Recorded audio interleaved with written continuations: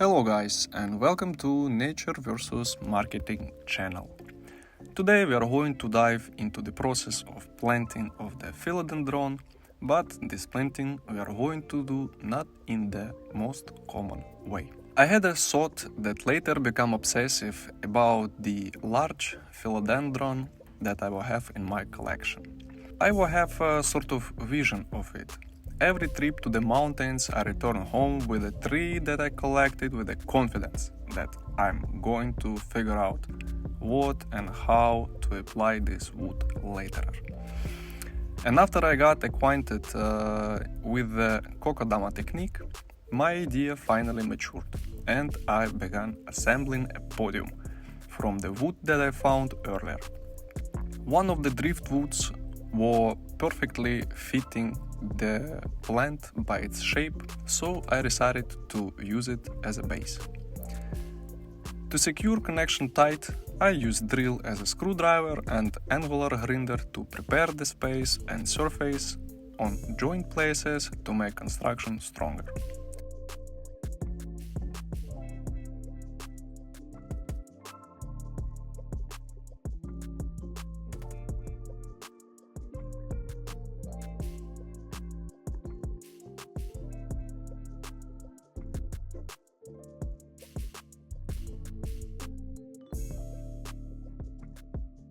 For those who don't know what Kokedama is, it is one of the bonsai techniques where the plant was potted into the soil without the pot itself.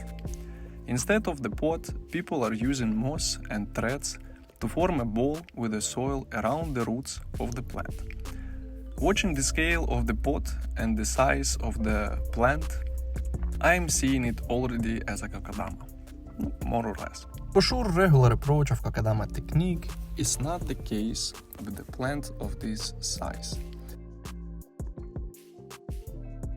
I will need to improvise with my knowledge, experience and expectations while planting it.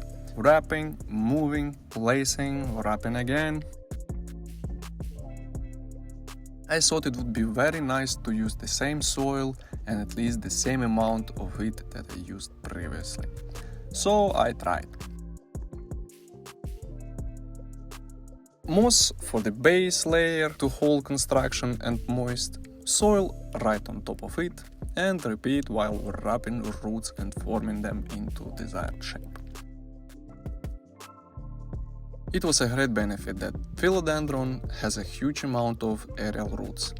They formed sort of empty egg structure, taking some space inside, so I filled this space with the soil and it helped me to secure plant better. But for sure main holder for construction is a thread that I'm expecting to be decomposed with the time.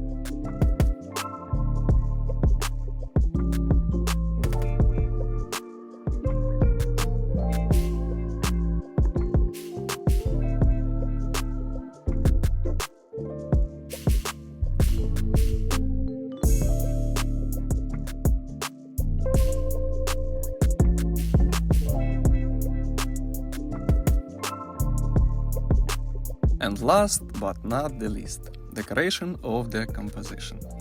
For me, the most obvious and secure choice was to use orchids and bromeliads to bring more alive colors to the composition.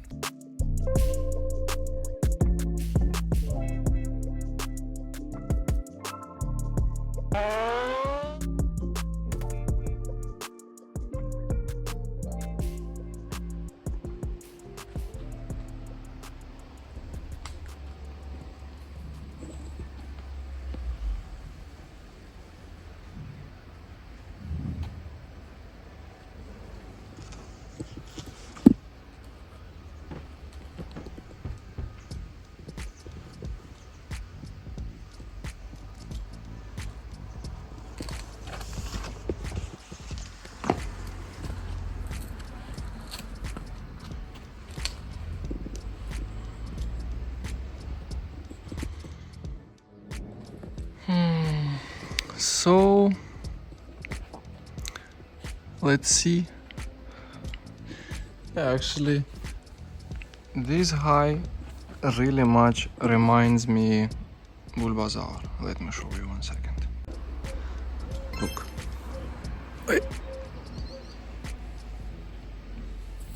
No, 100%. No? No, 80, okay. Cheeks. And now his head. Would be nice if it would grow right in here. But I'm not sure yet it's possible. So yeah, thank you for watching. If you have any tips how to keep it alive, please feel free to share. In the final result, I planted few additional plants like Tradescantia, like Platycerium.